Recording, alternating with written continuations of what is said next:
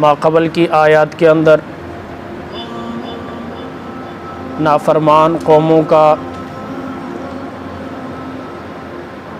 دعوت حق کو ٹھکرانے والوں کا انجام بد کا ذکر تھا، کس طرح عذاب کا شکار ہوئے۔ اب بیان کیا جا رہا ہے کہ ان کے بارے میں ہم قیامت کے دن ضرور بضرور پوچھیں گے، یعنی وزن اعمال کا ذکر ہے آج کے درس کے اندر۔ رسولوں سے بھی پوچھا جائے گا،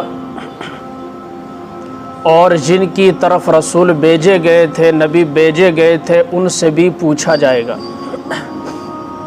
کہ ہاں بھائی بتاؤ آپ کے پاس نبی آئے تھے۔ نوح علیہ السلام کے قوم سے پوچھا جائے گا، نوح علیہ السلام نے 950 سال کیا تم میں تبلیغ نہیں کی؟ کیا تم انہیں مارتے نہیں رہے؟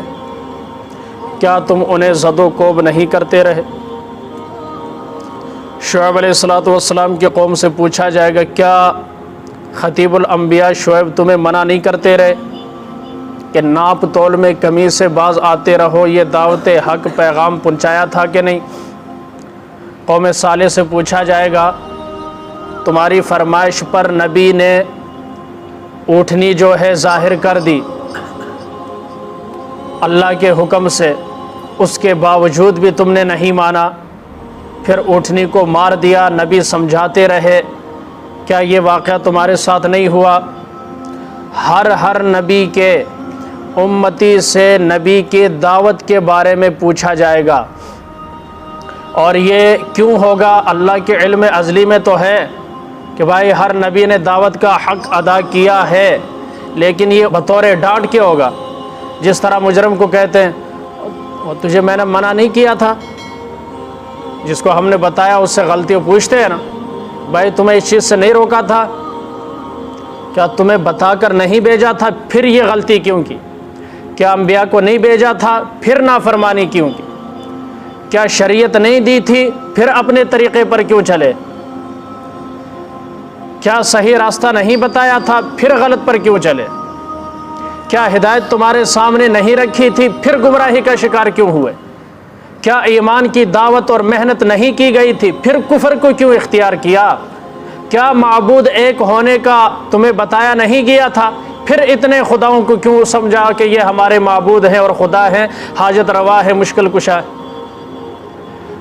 نبیوں سے یہ پوچھا جائے گا کہ ہاں بھائی آپ نے جو ذمہ داری اللہ نے تمہارے سپرد کی تھی اس کا حق ادا کیا؟ تبھی آقا علیہ السلام نے حجۃ الوداع کے موقع پر فرمایا تھا کہ کیا میں نے اللہ کے پیغام کو تم تک پہنچا دیا؟ تو صحابہ نے فرمایا تھا آپ نے پہنچا بھی دیا، امانت ادا بھی کر دی، اور آپ اس سے بری بھی ہو گئے۔ پھر انگلی اٹھا کر 3 مرتبہ آپ علیہ السلام نے فرمایا، یا اللہ گواہ رہنا، یا اللہ گواہ رہنا، یا اللہ گواہ رہنا کہ میں نے حق ادا کر دیا۔ بات سمجھ میں آ رہی؟ اب جب پوچھا جانا ہے پکڑے تو جائیں گے، اس کا یہاں پر بیان ہے۔ پھر آگے وزن اعمال کا فرمایا، فَلَنَسْأَلَنَّ الَّذِينَ أُرْسِلَ إِلَيْهِمْ، پھر ہم ان سے ضرور پوچھیں گے جن کے پاس پیغمبر بھیجے گئے تھے۔ وَلَنَسْأَلَنَّ الْمُرْسَلِينَ، اور ہم رسولوں سے بھی ضرور پوچھیں گے۔ فَلَنَقُصَّنَّ عَلَيْهِمْ بِعِلْمٍ وَمَا كُنَّا غَائِبِينَ، پھر ہم ان کے اعمال سنا دیں گے اپنے علم سے، اور ہم کہیں غائب نہیں تھے۔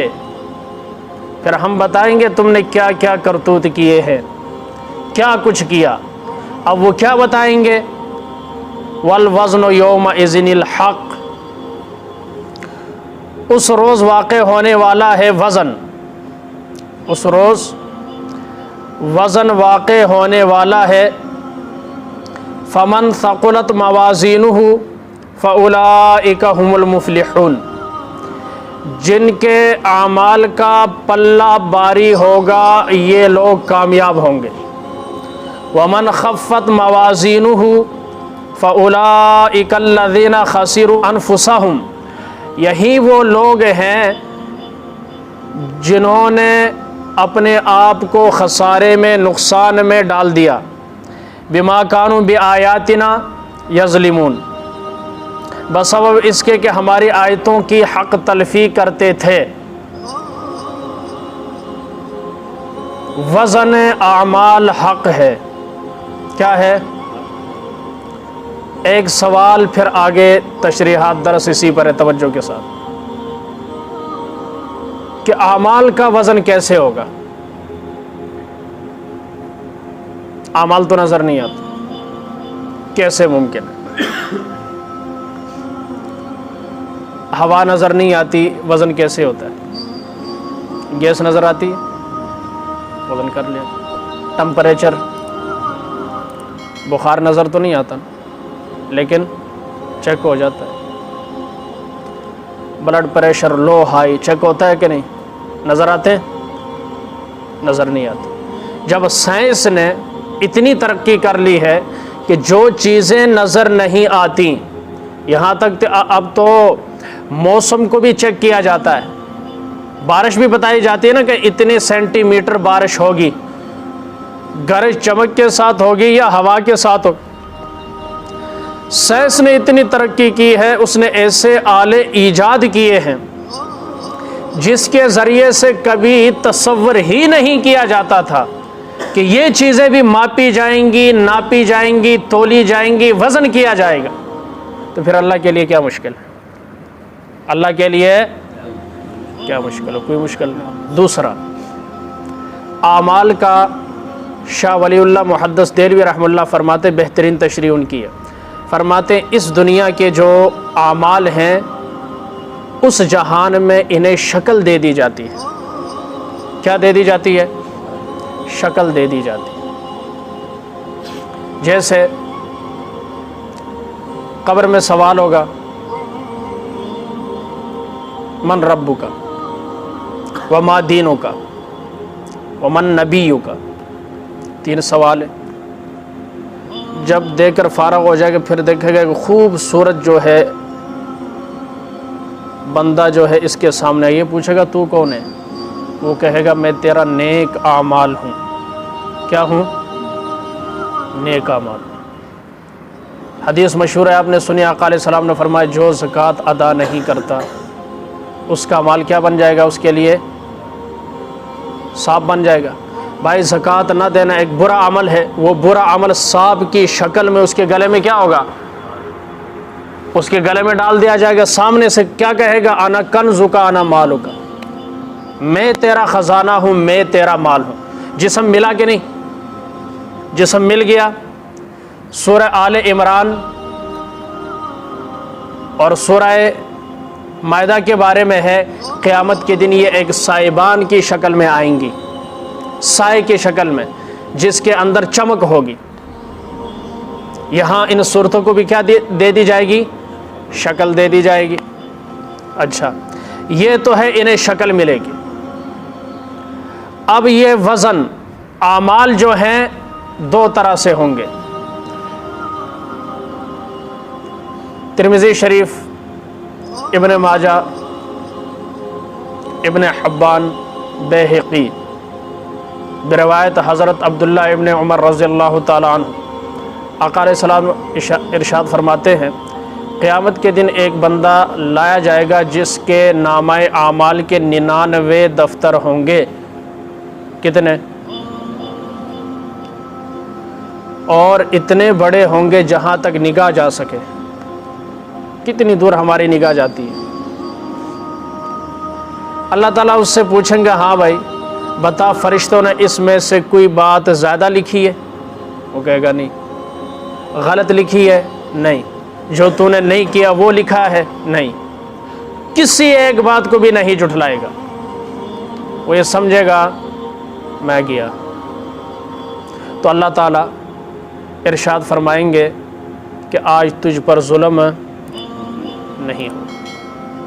ایک پرچہ نکالا جائے گا، ایک پرزہ کاغذ کا ٹکڑا، اسے ترازو کے ایک پلڑے میں رکھ دیا جائے گا، اور دوسرے طرف اس کے 99 دفتر ہوا میں ہوں گے، اور جس طرف وہ پرزہ ہوگا وہ نیچے ہوگا۔ اللہ تعالیٰ ارشاد فرمائیں گے، وہ بندہ کہے گا یہ کیسے؟ اللہ تعالیٰ ارشاد فرمائیں گے آج تجھ پر ظلم نہیں ہوگا، زیادتی نہیں ہوگی، یہ پرزہ وہ ہے جو تو نے لا الہ الا اللہ محمد الرسول اللہ پڑھا تھا۔ پھر آقا علیہ السلام نے فرمایا اللہ کے نام سے کوئی چیز باری نہیں ہو سکتی۔ یہ تو ہوا، محدثین فرماتے یہ اس شخص کی حالت ہے جس کی ساری زندگی کفر و شرک میں گزر گئی۔ اب سمجھے ذرا، اس بات کو سمجھانے کے لیے ایک دو واقعات آپ کو سناتا ہوں۔ جس کی ساری زندگی کفر و شرک میں گزر گئی اور آخری وقت میں اس نے کلمہ پڑھ لیا، تو اب وہ جو 99 دفتر ہیں وہ سارے کفر و شرک سے بھرے ہوئے ہیں، اور یہ کلمہ لا الہ الا ایمان والا ہے، اس نے ان کو کیا کر دیا؟ ہوا میں اڑا دیا۔ ایک جو تقسیم ہوگی وہ ایمان اور کفر کی ہوگی کہ کون مسلمان ہے کون کافر ہے، کیونکہ جس پلڑے میں ایمان کو رکھ دیا گیا ہے تو اس کے سامنے کفر کیا چیز ہے؟ وہ ہوا میں ہو جائے گا۔ آقا علیہ السلام ایک جنگ میں ہیں، ایک کافر آتا ہے، کہتا ہے اللہ کے نبی اگر میں کلمہ پڑھ کر آپ کی طرف سے لڑتا ہوں مجھے کیا ملے گا؟ آقا علیہ السلام نے فرمایا جنت۔ اس نے کہا ٹھیک ہے، کلمہ پڑھا، آپ کے سامنے اس نے جہاد کیا، فوت ہوگی۔ آپ علیہ السلام نے خود اپنے ہاتھوں سے اسے دفن فرمایا۔ ابھی تک نماز نہیں پڑھی، روزہ زکوٰۃ کوئی بھی نہیں، صرف ایک عمل جو اس وقت ہو رہا تھا جہاد اس نے کیا، بس کوئی سجدہ اس کے کھاتے میں نہیں۔ آقا علیہ السلام فرما رہے ہیں میں دیکھ رہا ہوں کہ وہ جنت کے اندر جو ہے اپنے حوروں کے ساتھ ہنس رہا ہے، مسکرا رہا ہے، کھیل رہا ہے۔ ایمان کی یہ قوت، یہ کیا ہے؟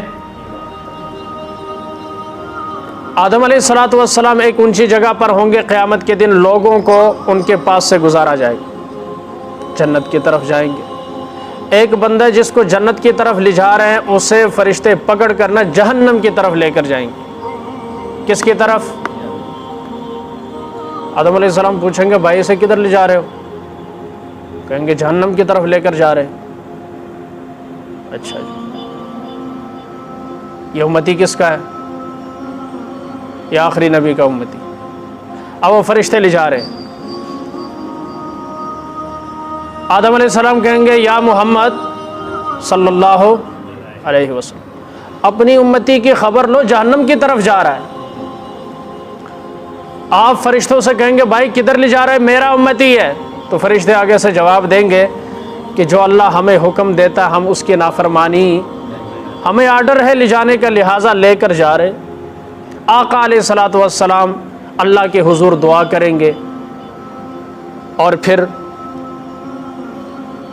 آپ علیہ السلام اپنی جیب سے، بعض حضرات فرماتے ہیں اپنی آستین سے، یہاں سے ناخن کے برابر ایک پرزہ نکالیں گے اور اس کے وزن اعمال کے اندر رکھ دیں گے، جس کی وجہ سے اس کا وزن بھاری ہو جائے گا۔ کیا ہو جائے گا؟ تو لوگ کہیں گے سعیدہ سعیدہ، او بندہ نیک بخت نکل آیا ہے، اس کی خوش بختی دیکھو کہ اس مشکل وقت میں اس کا کام بن گیا، کتنا خوش نصیب ہے۔ وہ کہے گا اللہ آپ کا بھلا کرے، آپ کون ہیں؟ تو آقا علیہ السلام فرمائیں گے میں تیرا نبی ہوں، تو میرا امتی ہے، مجھے کیسے بچا لیا؟ آقا علیہ السلام فرمائیں گے یہ وہ درود پاک ہے جو تو نے میرے اوپر پڑھا تھا۔ کیا ہے؟ درود پاک جو تو نے میرے، ہاں، اور پھر اس کی وجہ سے اللہ تعالیٰ نے تمہیں نجات عطا فرما دی، اس لیے درود کثرت سے پڑھتے رہنا چاہیے۔ یہ چیزیں وہاں کام آئیں گی، ایک ایک چیز، یہ میں نے چند واقعات آپ حضرات کے سامنے رکھے۔ اور دوسری جو تقسیم ہوگی وہ ہوگی ایمان والوں کی آپس کے اندر، اس کی نیکیوں اور بدیوں کے اندر، اس کی نیکی اور بھائی دیکھیں چاول بہت ساری اقسام ہیں نا، پہلا تو الگ کرتے 86 کون سی ہے، 85 کون سی ہے، اور کرنل کون سی ہے، یہ ساری الگ کرتے ہیں۔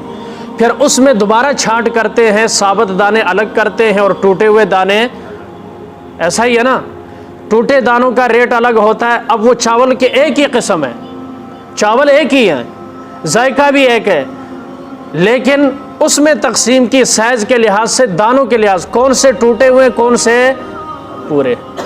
پہلے ایمان اور کفر کی چھانٹی ہوگی، کافر ایک طرف، مسلمان ایک طرف، پھر ایمان والوں کا الگ سے کیا ہوگا، وزن ہوگا ان کے اعمال کا۔ کن کا؟ کہ کس کے اعمال، نیک جو اعمال ہیں وہ زیادہ ہیں اور کس کے برے اعمال زیادہ ہیں۔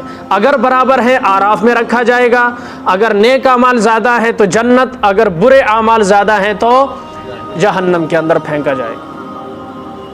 یہ ترتیب ہے اعمال کے لحاظ سے۔ اس لیے اپنے اعمال کو، پھر بعض بندے جن کی اعمال نامے کے اندر، فرائض کے اندر کمی ہوگی، تو اللہ تعالیٰ فرشتوں سے ارشاد فرمائے دیکھو بھائی اس کے نفل اعمال بھی تو ہوں گے۔ نفل اعمال میں مثلا سال کی زکوٰۃ 20,000 بنتی تھی، اس نے 19,500 دیے ہیں، اپنے تجربے کے مطابق، اپنی گنتی کے مطابق۔ 500 تو رہتا ہے نا، تو اللہ ارشاد فرمائیں گے بھائی دیکھو اس کے نفل اعمال، اس نے صدقہ خیرات بھی کیا ہوگا نا اضافی طور پر، کسی کو 10 دیے، کسی کو 500 دیے، کسی کے مشکل حل کرے 1000 دیے، کسی کو قرض دیا تھا غریب سمجھ کر معاف کر دیا۔ یہ سارا کس میں آتا ہے؟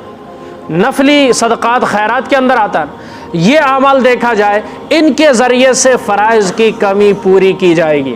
نمازوں کے اندر کمی ہے تو نفل کے ذریعے سے یہ کمی پوری کی جائے گی۔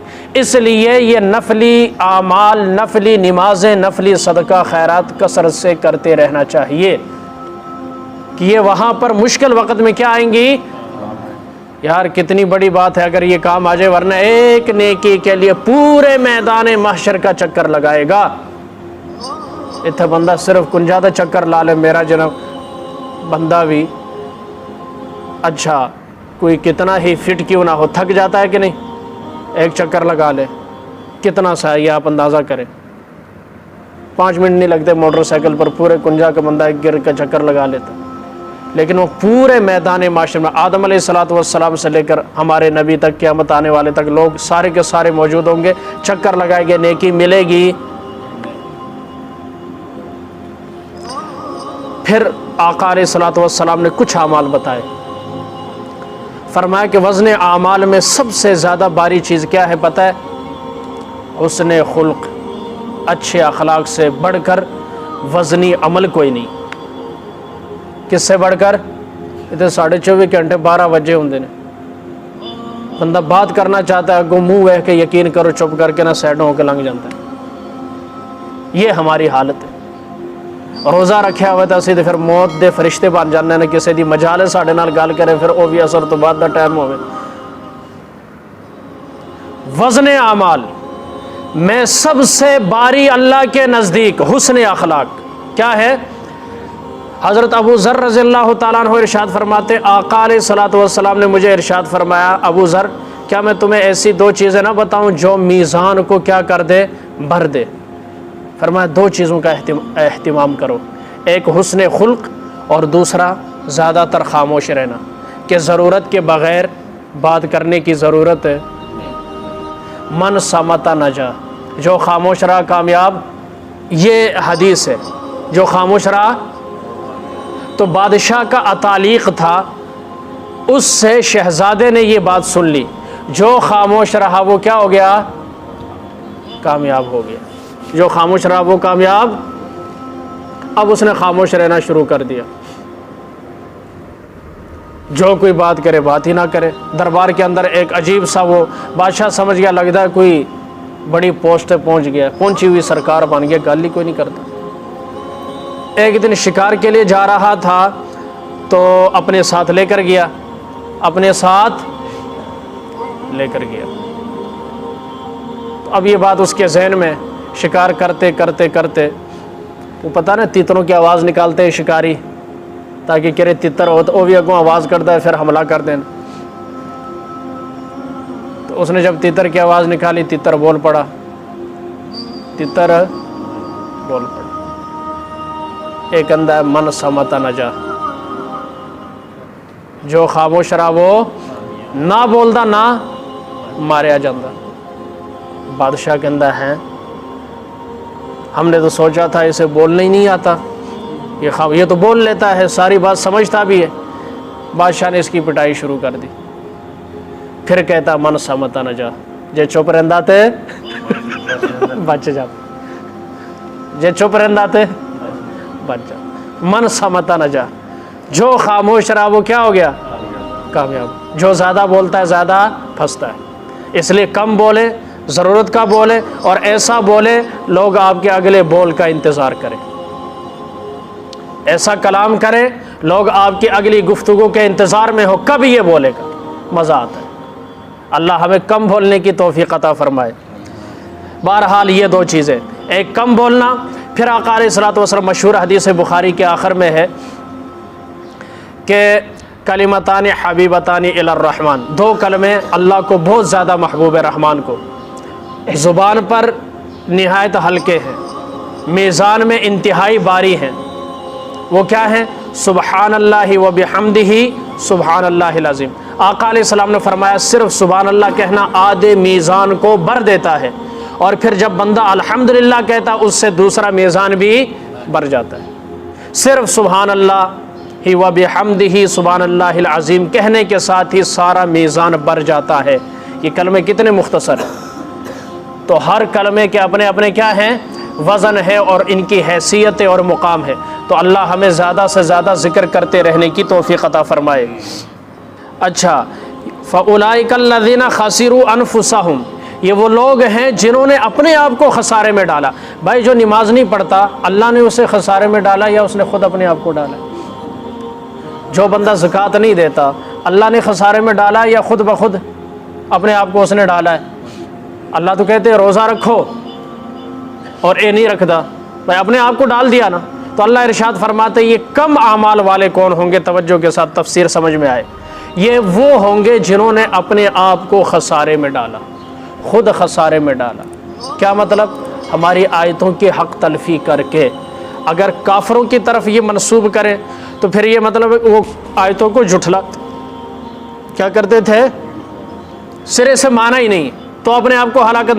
اگر ایمان والے کے ساتھ ملا لے تو پھر معنی بنے گا کہ جس طرح ہماری باتوں پر آیتوں پر یقین کرنا چاہیے تھا، انہوں نے کہتے نہیں نماز پڑھنی چاہیے تھی، پڑھ دے کوئی نہیں، نماز پڑھنی چاہیے لیکن پڑھتے نہیں ہے۔ اور اسی طریقے سے کہتے کہ ہمیں پتہ ہے، ہمیں کیا ہے؟ سارا کا سارا پتہ ہے، لیکن اس پتے کا بھی کوئی پتہ نہیں ہے جس پتے کے بعد کچھ پتہ نہ چلے۔ پتہ کا مطلب یہ ہے کہ پتے پر انسان کیا ہو جائے؟ پہنچ جائے۔ اس پتے کا ہی کیا کرنا ہے جو پتہ کسی کا پتہ ہی نہ بتلا سکے؟ لہٰذا پتے کو بھی پتہ ہونا چاہیے کہ اسے کیا کچھ پتہ ہے۔ خیر یہ بات دوسری طرف چلی جائے گی۔ شقیق بلخی رحمہ اللہ فرماتے ہیں کہ لوگ تین باتیں کرتے ہیں لیکن عمل اس کا الٹ ہے۔ عمل اس کا کیا ہے؟ الٹ ہے۔ پہلی چیز یہ ہے کہ وہ کہتے ہیں کہ ہم اللہ کے بندے ہیں، ہم اللہ کے بندے ہیں لیکن کام آزاد حیثیت سے کرتے ہیں، جیسے یہ کسی کے بندے نہیں ہیں۔ ایسا ہی ہے کہ نہیں؟ دعوت ہے کسی جان اللہ نے دینی ہے، یہ بات وہ بھی کر رہا ہے جو سود کھاتا ہے، لیکن کچھ نہیں، آخری بات کرتا ہوں، بات ختم ہے۔ بڑے نقطے کی تین باتیں۔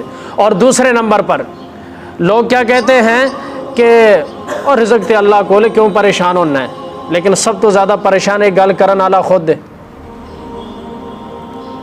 کہ بھائی رزق دینے والا کون ہے؟ آپ میں سے کوئی یہ نہیں کہے گا رزق دینے والا مولوی صاحب ہے یا نواز شریف صاحب ہے تو عمران صاحب ہے فلانا صاحب ہے، کوئی نہیں کہتا۔ بھائی ہم سب یہی کہتے ہیں رزق دینے والا کون ہے، لیکن اس کے باوجود اس کا عمل بتلا رہا ہے کہ دنیا کے بغیر اس کا گزارا ہی کوئی نہیں، دنیا کے بغیر اس کا گزارا ہے ہی نہیں۔ اور نمبر تین، انسان یہ بات سمجھتا ہے کہ موت اٹل ہے، موت سے چھٹکارا نہیں ہے، لیکن کام ایسے کرتے ہیں جیسے موت آنی کوئی نہیں۔ یہ تین حقیقتیں ہیں کہ نہیں؟ اللہ ہمیں ان کے خلاف جانے کے بجائے ان باتوں کی حقیقی معنوں کو سمجھ کر زندگی گزارنے کی توفیق عطا فرمائے، اور زیادہ سے زیادہ عمل کرنے کی اللہ ہمت اور توفیق عطا فرمائے۔